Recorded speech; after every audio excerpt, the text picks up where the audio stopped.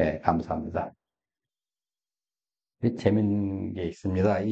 그, 19장에서, 예, 19장에서, 이제, 보시면, 앞에 19장 초반에 너희가 내 말을 들으면 엄청난 복을 주겠다 하고서 이제 약속을 하십니다.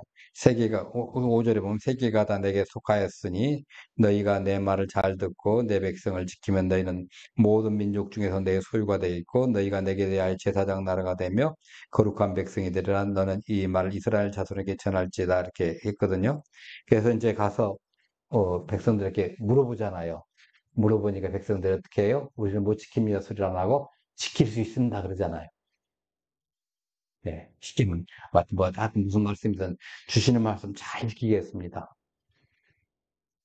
하여튼 그 말씀을 하시니까 하나님께서 그래? 그러면 이제 주지하고서 20장에서 하면서 절대 하나님이 그 말씀하신 그 산 가까이로 오지 못하게 이렇게 합니다. 그래 놓고 20장에서 이제 말씀을 하시는데 바로 우리 금방 읽은 거 18절에 뭐라는 게 우레와 병개와 나팔소리와 산의 연기를 본다. 이게 뭐예요? 십계명을 주실 때 하나님께서 말씀하실 때 그 장면이에요, 이게. 여러분 보세요. 굉장히 우리는 십계명만 딸랑 딱 꺼집으니까 부드럽게 말씀하셨나 보다 그러지만 그 말할 때 당시는 온 백성이 다 산에 이제 삥 둘러 있고 그리고 이제 산으로 못 올라가게 다 이제 가이드를 해놓고 그리고 이제 그 하나님께서 모세만 대면하여 말씀하시는데 그 말씀하시는 것을 온 이스라엘 백성이 다 들을 정도예요. 그러니까 지금 이제 북한산 예를 들어서 우리 이제 북한산 꼭대기에서 모세 올라갔고 우리는 지금 이만큼 떨어져 가지고 다 있는데 거기서 말씀하시는 것이 쩌렁쩌렁 그 우레와 번개와 나팔 소리와 뭐 연기가 나면서 그 광경 속에서 말씀하시는데 그 볼륨이 어마어마하게 큰 거예요. 그러니 이 백성들이 어떻게 해요? 금방 그 말씀하신 거 다 지키겠습니다. 해놨는데 실제 말씀하시는 그 말씀을 직접 들은 거잖아요. 대면은 안 했지만은 어떡하겠어요? 푹 주저앉죠. 네, 푹 주저앉아요. 그러니까 바로 19절에 뭐라고 해요? 모세에게 이르되 당신이 우리에게 말씀하되 우리가 들으리다 하나님이 우리에게 말씀하시지 말게 하소서 우리가 죽을까 하노라. 그게 지금 십계명 들은 그때부터 이제 모세가 받을 때부터 그때부터 이제 한 거죠. 예. 그때부터 이 백성들 마음에. 근데 이 백성들도 상당히 이기적인 게, 아니, 모세는 그럼 죽어도 되는 거예요? 너는 지도자니까 알아서 죽든지 말든지 모르겠고, 우리는 안 죽도록 만들어줘. 바로 그 심보. 하나는 그거고, 또 하나는, 당신은 지도자니까 하나님 절대로 안 죽일 거니까, 우리 대신 좀 이렇게 중간에 해주라고. 그렇게 할 수 있겠죠. 물론 그런 마음이겠지만은, 또 한편은 지도자는 전혀 생각지도 않은가, 뭐 그 생각을 좀 하게 됩니다. 하여튼 하나님과의 관계에서 경공과 두려움이 굉장히 중요합니다. 백성들은 산 아래에 머물렀고 하나님 음성은 짜랑짜랑 울렸잖아요. 아마 심장마비를 일으킬 정도로 두려웠을 거예요. 분명히 아무것도 없는데 예, 뭐 갑자기 막 비가 오거나 하면 그런 것도 아니에요.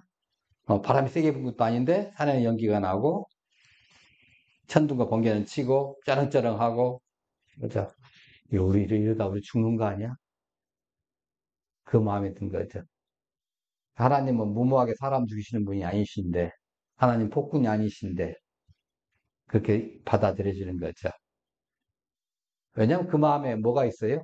죄성이 있어서 그래요. 죄성. 하나님을 사랑하는 마음이 있다면, 하나님을 사랑하는 것보다 사실 더 아름다운 것이 없습니다. 만일 그렇다고 하면 하나님을 진짜 사랑한다면, 저렇게 큰 소리로 하셔도, 번개가 치고, 천둥 번개가 치고, 연기가 나고 뭐 이렇게 하더라도, 사람들이 볼 때 곧 죽을 것 같다 하더라도, 하나님을 만나는 그것보다 더 큰 기쁨은 없잖아요. 네. 여러분, 우리 예배 시간 전체가 다 중요하죠. 근데 특별히 기도 시간에 왔다 갔다 하는 건 진짜 좋지 않습니다. 그래서 기도 시간에는 그대로 멈춰주라고 된 거예요. 화장실도 스톱. 평상시에 말씀 듣다가 정 급하면 화장실 가실 수 있습니다. 근데 그때는 참고 있다가 기도하면 가시는 분이 있어요. 이건 제 위선입니다. 하나님이 진짜 얘기하는 시간이잖아요. 하나님께 말씀드릴 시간이에요. 나를 대신해서 어떤 사람이 대표해서 기도한다고 생각해 보세요. 대표한다고 하면 그분이 우리의 마음을 담아가지고 하나님 앞에 기도하는 거잖아요. 그럼 내 마음이 거기에 지금 쏠려 있는 거예요. 그런데 내가 화장실 간다고 하면 뭐예요? 내 마음은 없습니다. 그 소리입니까? 기도 시간에는 절대 움직이지 않는데. 네, 커피도 없다, 스톱. 모든 걸 스톱하고 기도에 집중해야 돼. 네, 이게 중요한 겁니다. 왜 하나님과 직접 얘기하는 시간이 또 하나 더 한다면 말씀 듣는 시간도 중요하죠. 하나님 직접 말씀하는 시간이니까. 네, 하나님 직접 사람을 통해서 말씀하시든 어쨌든 간에 중요하지만 진짜 기도 시간만큼은 네, 해주신 게 좋아요. 움직이지 않고 하나님 앞에 정말 내가 마음을 바쳐서 하나님 앞에 드립니다. 내가 내 입으로 하지만 안 하고 대표자가 인도에 살지라도 그 기도에 내가 같이 동참하는 거기 때문에. 네. 하여튼 인간적으로 이 백성들은 이 하나님의 말씀을 직접 듣기는 원하지만은 사실은 부담스러워요. 그래서 모세를 통해 듣기를 원하는 거죠. 신명기 8장, 18장 15절에 그랬잖아요. 네 하나님 여호와께서 너희 가운데 내 형제 중에서 너를 위하여 나와 같은 선지자 하나를 일으키시고 너희는 그의 말을 들을지니라. 물론 이제 모세를 얘기할 수 있고 예수님을 얘기할 수 있고 여러 가지 좀 틀린다마는 일단은 모세를 보자고. 네. 그래서 경건한 사람은 살아남을 거지만 죄가 많은 사람 하나님 만나는 순간에 두려움을 느끼거든요. 그래서 항상 하나님을 두려워하는 마음으로 감히 대할 수 없는 분으로 여겨야 되는 건 맞습니다. 예. 왜냐하면 가끔 하나님 음성 하다가 그 시험에 빠지는 경우가 있거든요.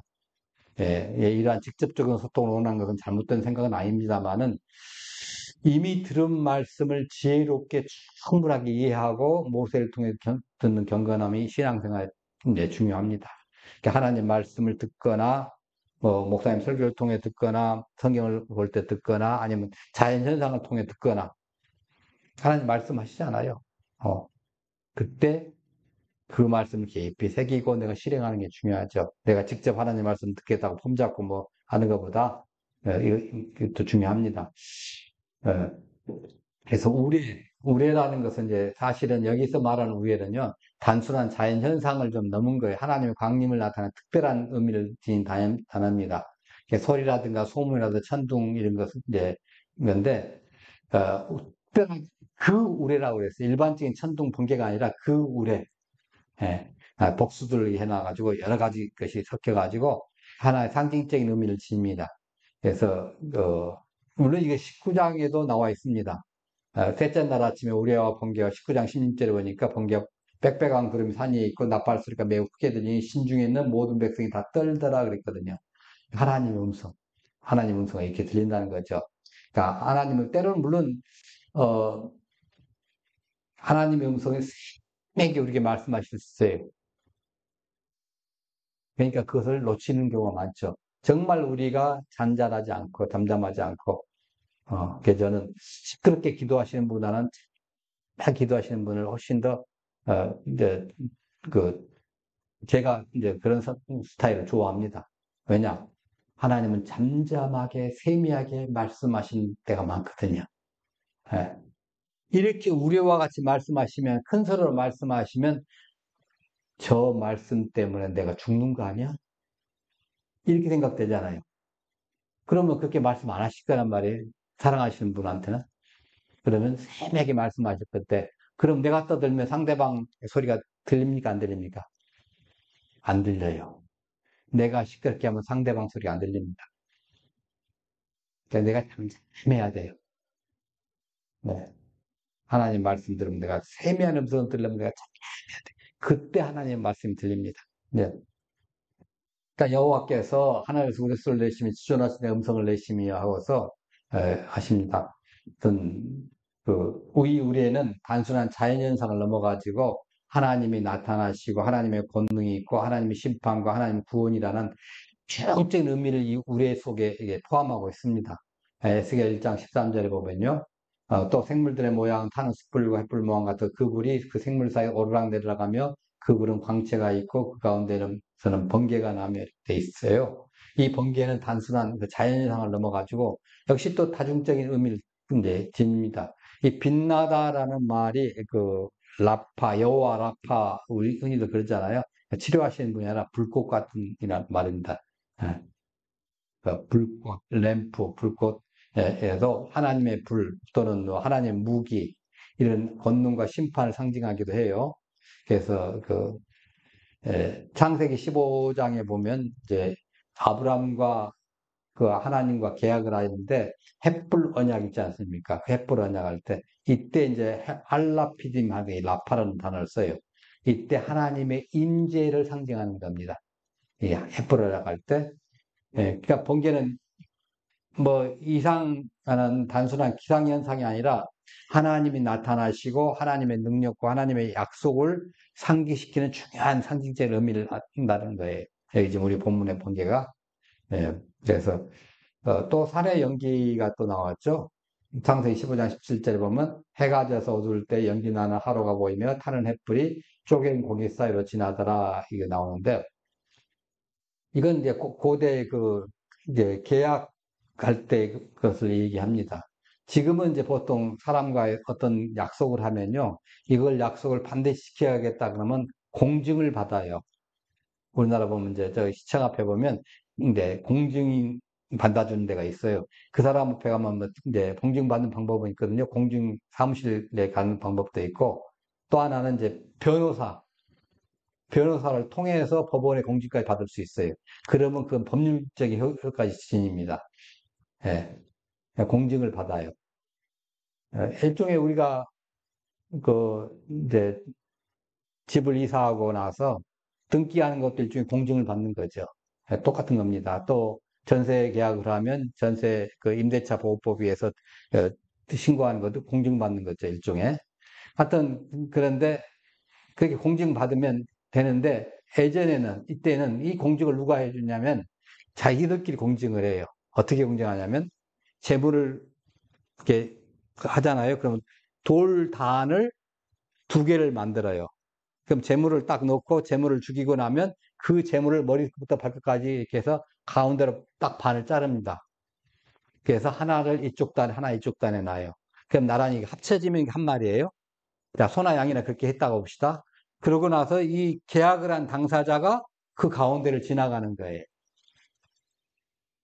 그래서 그러면 이게 무슨 의미냐 그러면 이 둘 중에 하나가 이 계약을 깨면 이 짐승처럼 될 거다. 이걸 다짐하는 거예요. 그러니까 계약 깨면 이겁니다. 이거. 그래서 우리는 그 의미로 집 계약할 때, 집이나 뭐 계약할 때 어떻게 해요? 보증금을 10%, 이제 전체 대금의 10%를 보증금으로 내지 않습니까? 통상 관례로, 이거 뭐, 자기 집 계약, 이제 집이 10억짜리다 그러면 1억을 보증금 해요. 보증금 내면 이 보증금을 날리는 거예요. 계약을 깨면. 음.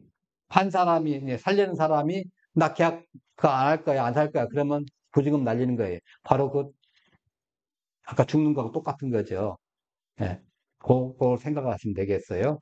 그만큼 신중하다는 거죠. 말씀이라는 것은.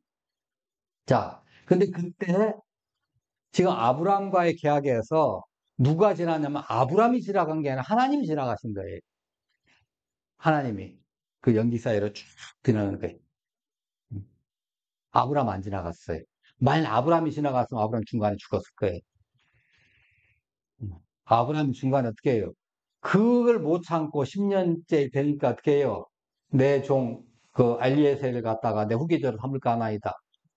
가지고, 아니, 그 하나님이, 야, 네 몸에서 난 애라야, 네 후계자야. 그러니까 또 어떻게 해요? 이스마엘가 나타나요. 그럼 죽어도 돼요. 하나님이 원래 말씀 취지하면, 원래는 이삭을 낳게 하는 게 목적이잖아요. 아브라함과 사라의 사이에서 낳아야 돼요. 근데, 이거 표법 썼잖아요. 그러면 약속 위반입니다. 그럼 죽어야 돼요. 근데 하나님이 지나가셨기 때문에 아브라함이 산 거예요. 예. 아브라함이 큰 실수했죠. 어떻게 보면 하나님이 그 해결하신 거죠. 그러니까 하나님께서 아브라함 할 때 그 안에 누구 있는 걸 봤어요? 사라랑 같이 세트로 보신 거예요. 네 몸에서 한다는 너와 사라 사이에. 이걸 갖다 깜빡한 겁니다. 한 몸이라는 것은 둘이 한 몸을 이룰지라는 것을 깜빡한 거예요, 아브라함이. 그걸 깜빡해놓고 당시에 간섭에 의해서 하가를 취한 거죠. 또 물론 사라가 또 적극적으로 밀었겠죠. 어, 나중에 후회를 왕창 했겠지만은 적극, 그러니까 사라 할머니도 조금 실수하신 거죠. 창세기 3장에서 2장이죠. 2장의 결혼이니까 참 한 몸일 것이다. 이걸 생각했다가 하면 세트로 나간다고 생각했어야 되는데 깜빡한 거죠. 다행히도 하나님께서 지나가고 아브라함은 거기를 안 지나가가지고 천만다행입니다. 네. 자, 하여튼 이렇게 연기가 나고 번개가 치고 이렇게 한 것은 하나님께서 임재한다는 거죠. 연기도 한번 볼까요? 일단 이사야가 환상을 가운데 하나님을 봤어요. 성전의 그 연기가 가득한 겁니다. 보통 우리가 솔로몬 성전을 지을 때 현상이 어떻게 되죠? 저기에 연기가 가득하더라. 그럴 때 그걸 뭐라고 표현했어요? 하나님의 영광이 가득하더라.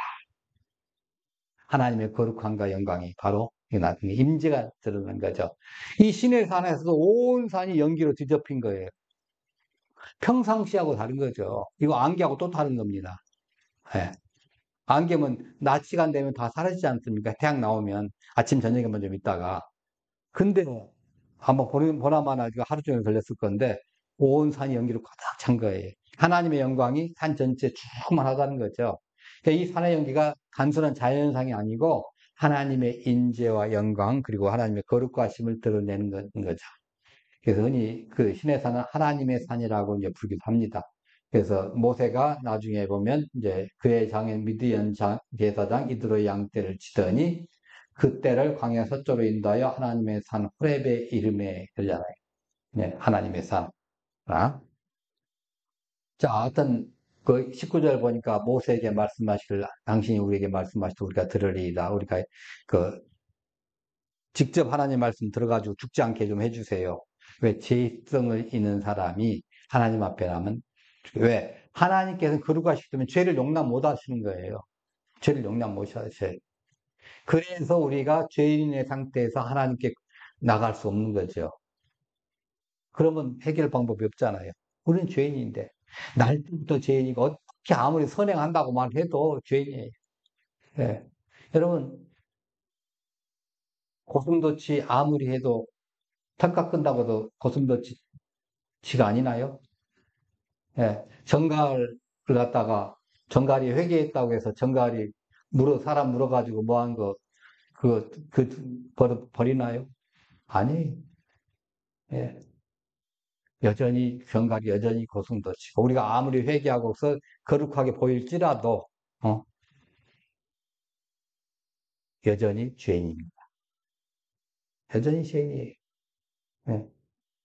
하나 그때마다 하나님 죄인인데 죄인의 속성이 드러나지 않고 주님의 속성이 우리의 삶을 통해 드러나게 해주세요. 이렇게 기도하고 매일매일 살아가는 거예요. 저나 여러분이나. 예. 있잖아요.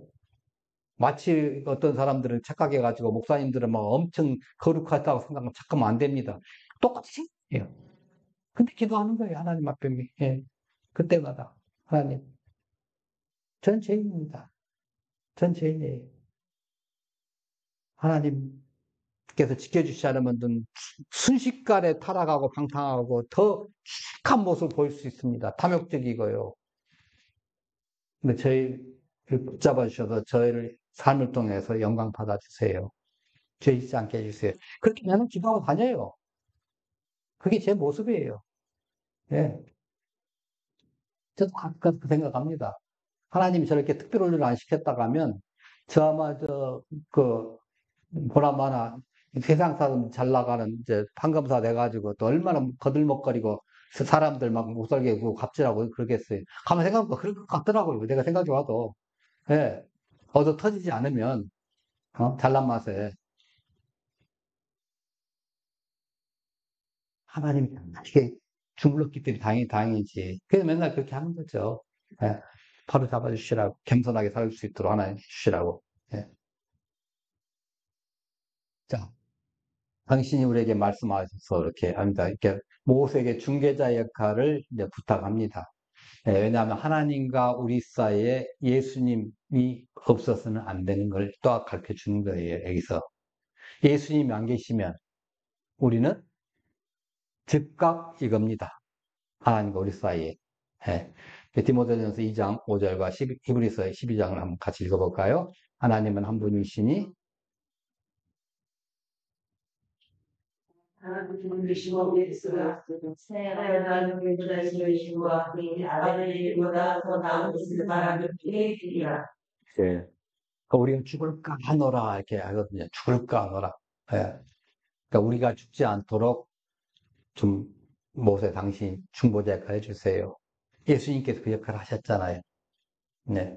하나님의 형상을 직접 대면하면 죽는 것이 성경의 가르침입니다. 예. 33장 20절에 보면 네가 내 얼굴을 보지 못하니 나를 보고 살 자가 없음이라. 사실상 모세도 대면하고 봤다고 말은 그럴지언정 어떻게 보면 하나님의 그림자 밑에 봤겠죠. 하나님 본체를 다 보신 것이 아니라 아마 그런 것 정도일 겁니다. 어떻게 감히 그걸 저기 하겠어요. 예. 죄인이 하나님 앞에 직접 설 수 없다는 건 너무 당연하죠. 이걸 이사야는 분명히 깨달았어요. 그래서 그 하나님이 앞에서 하나님의 임재가 탁 나타나니까 그 순간에 6장 5절에 뭐라고 그래요? 그때 내가 말하되 화로다 나여 망하게 되었도다. 나는 입술이 부정한 사람이요 나는 입술이 부정한 백성 중에 거주하면서 만군의 여호와이신 왕을 되었습니다. 나 죽는다는 거예요. 이건 하나님 봤으면 끝난다는 거잖아요. 이사야가 달달달 떤 겁니다. 지금. 자기가 때로는 자기가 하나님 앞에 영광 돌릴 말도 했지만은 때로는 뭐 한 거예요? 그렇지 못했다는 것을 인정하잖아요. 모든 사람이 다 그럴 거예요. 예. 세상적으로 이사야도 상당히 깨끗하게 산 사람이잖아요. 그럼에도 불구하고 하나님 앞에 비교하면 자기는 엄청난 죄인이라는 거죠. 자, 그래서 달달달 떠는데 지금 이스라엘 백성도 떨고 있죠. 20절 우리 같이 봅니다. 예. 모세가 백성에게 말하기를 두려워하지 말라. 이렇게 내려오시면 너희에게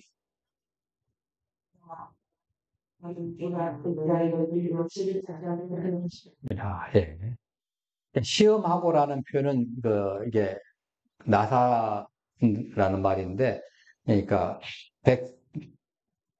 백성들의 두려움을 단순히 시험한다든가 하신 것이 아니라 그 두려움이 진실한 것인가를 시험을 통해 증명을 하시는 거예요.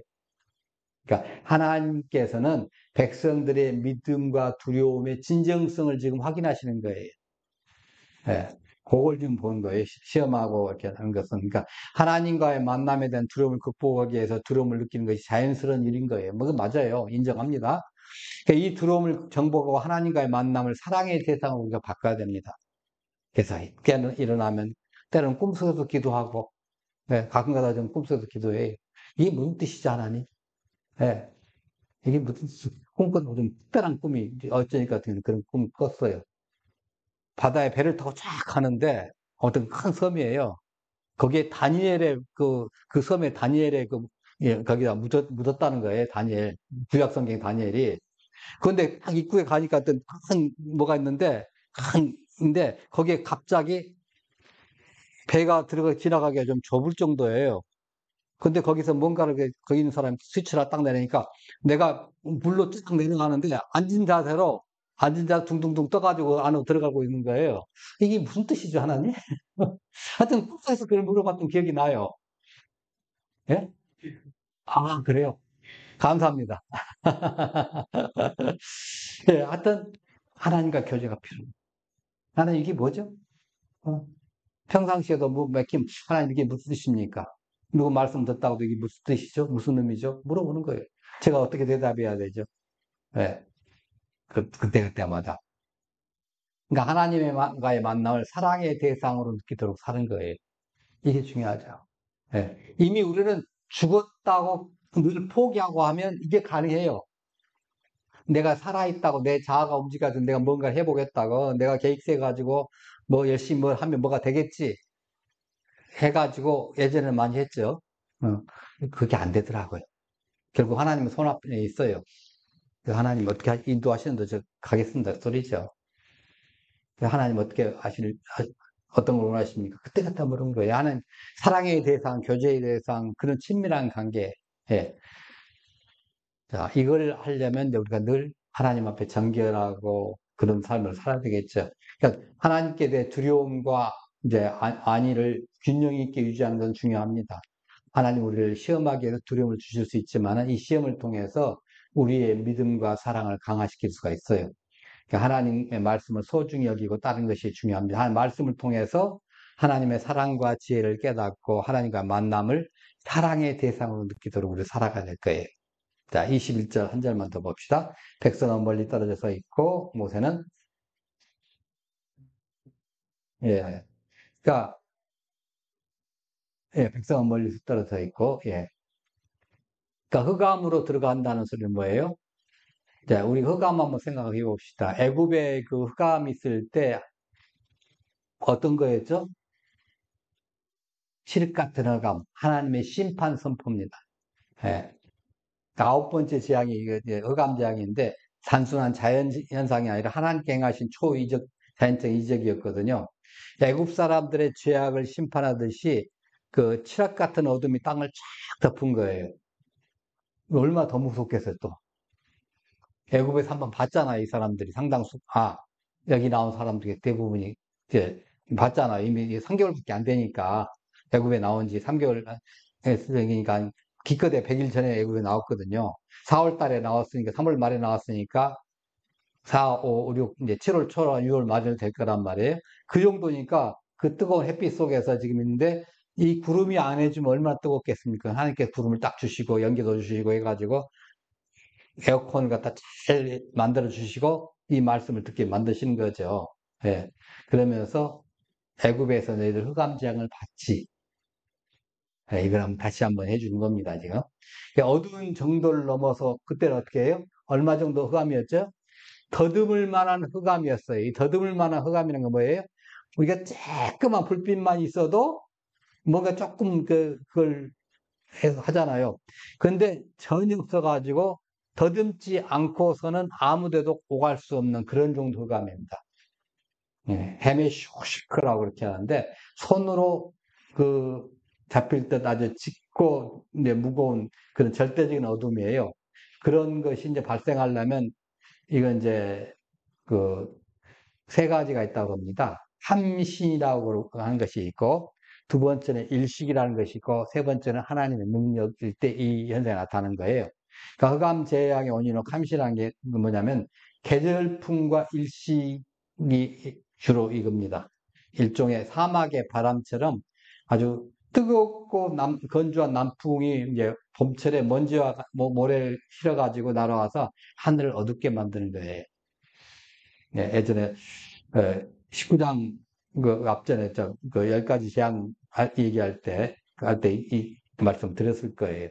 그 사막의 바람이 쫙 와는데 그때 완전히 이런 어둠이 나타난다는 거죠. 그 다음에 이제 일식은 태양이 가려져 가지고 세상이 갑자기 어두워지는 현상이잖아요. 이때 고대인들은 굉장히 큰 두려움을 느꼈습니다. 일시 현상 때문에. 왜냐하면 이건 지금은 예측을 합니다. 일시가 이걸 하니까 현문화에 발달해서. 근데 옛날에는 이게 일식이 예측을 못했잖아요. 대부분이 예측을 못하니까 갑자기 멀쩡하다가 태양이 가려지면 이게 무슨 큰 재앙이다. 하늘에서 문이 있다. 그래가지고 부족들끼리 싸우다가 일시현상이 생기니까 야 우리 싸움 그만하자. 우리가 싸우니까 하늘이 노였다. 그래가지고 두 부족이 평화롭게 지내는 그런 것이 있어요. 실제 역사상에 보면. 네. 그러니까 좋은 장점도 있어요. 깜깜하니까 더 싸울 수 없잖아요. 그러면서 이 양쪽 지도자가 일식이 있는 그 시간이 많지는 않습니다. 뭐 하루 종일 있는 게 아니니까. 단 몇십 분 정도니까. 그동안에 생각을 한 거예요. 하늘이 노했다. 우리가 싸우는 거. 우리가 싸우는 거 하늘이 옳지 않는다. 그러므로 우리 사이좋게 지내자. 그래가지고 굉장히 사이좋게 지내. 그러니까, 네, 어떤 뭐 좋은 장점이 되겠죠. 자, 근데 아까 말한 것처럼 감신이라든가 이제 일식만으로 설명할 수 없는 부분이 많이 있어요. 왜냐하면 그 고센 땅에 보면 흑암이 애굽 전역을 뒤집었잖아요. 근데 이스라엘 백성이 거주하는 고센 땅은 밝았잖아요. 이거 자연인사가 설명하기 어려운 거예요. 아니, 감신이 왔다 가면 이스라엘 거기도 같이 어두워야지. 왜 애국 땅만 어둡냐고요. 예. 그리고 감시는 2, 3일 정도 계속 지속되는데 그때 당시 흑암재앙이 3일 동안 지속되었거든요. 근데 그 3일 동안 아주 유례를 찾아볼 수 있도록 강력했는데 고센 땅에는 멀쩡했어요. 이거 어떻게 되냐는 거죠. 또 일시現상으로 보기에는 되게 안 되죠. 예. 그러니까 결국은 하나님의 초자연적 능력이 더해진 것이다. 이렇게 보는 겁니다. 그래서 이 흑암은 심판과 구원과 계시를 얘기합니다.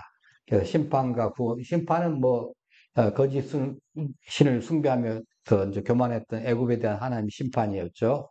그래서 태양신 나를 갖다 숭배했지만은 야, 그 나 별 볼 일 없어. 태양신을 갖다 깨부시는 장면이 그겁니다. 그러니까 10가지 재앙은 10가지의 신, 에집트의 가장 유력한 10가지 신을 다 깨부시는 것이거든요. 예, 그거 할 때 하나님이 아주 주권적 하나님 능력을 드러내신 겁니다. 자, 하여튼 반면에 이 애굽에서의 흑암은 이스라엘 백성에게 이건 구원이잖아요. 저쪽이 흑암인데 우리는 밝은 빛, 하나님의 구원이잖아요. 그래서 하나님의 한편으로 보면 심판이고 한편으로 보면 구원이죠. 그리고 이것은 곧 다가올 마지막 밤, 장자의 죽음을 지금 예고하는 전조잖아요. 애굽에서는 마지막 기회지만은 그 마지막 기회, 회개의 기회를 놓쳐버리고 마지막 기회를, 장자의 죽음들을 맞지 않습니까? 자, 어떤 영적인 눈을 갖다가 또 열어주는 것이 또 흑암입니다. 이스라엘 쪽에는 구원이고 애굽 쪽에는 심판. 이걸 갖다 깨닫게 해주는 거죠. 물론 그때는 어리석어서 깨닫지 못하고 또 고집돼가지고 그걸 또 못 믿고 이제 그랬죠. 근데 이 흑암이 오늘날 우리에게도 중요한 메시지예요. 우리 삶 속에서 제약 때문에 영적인 어둠이 나올 수 있습니다. 하나님께서는 빛 대신 예수님을 통해서 우리를 어둠에서 건져내시고 참된 빛으로 인도하시잖아요. 그래서 우리 삶에 들어진 흑암을 두려워하기보다는 하나님의 빛을 따라가는 믿음의 사람이 되기를 소망합니다. 예, 어둠을 쫓지 말고 하나님 빛을 따라가서 하나님 우리의 믿음의 사람이 되게 해 주옵소서. 예, 이 시간 우리가 개인적으로 기도할 때 또 우리 지체들이 기도할 때 반드시 해주시길 바랍니다. 찬양하시겠습니다.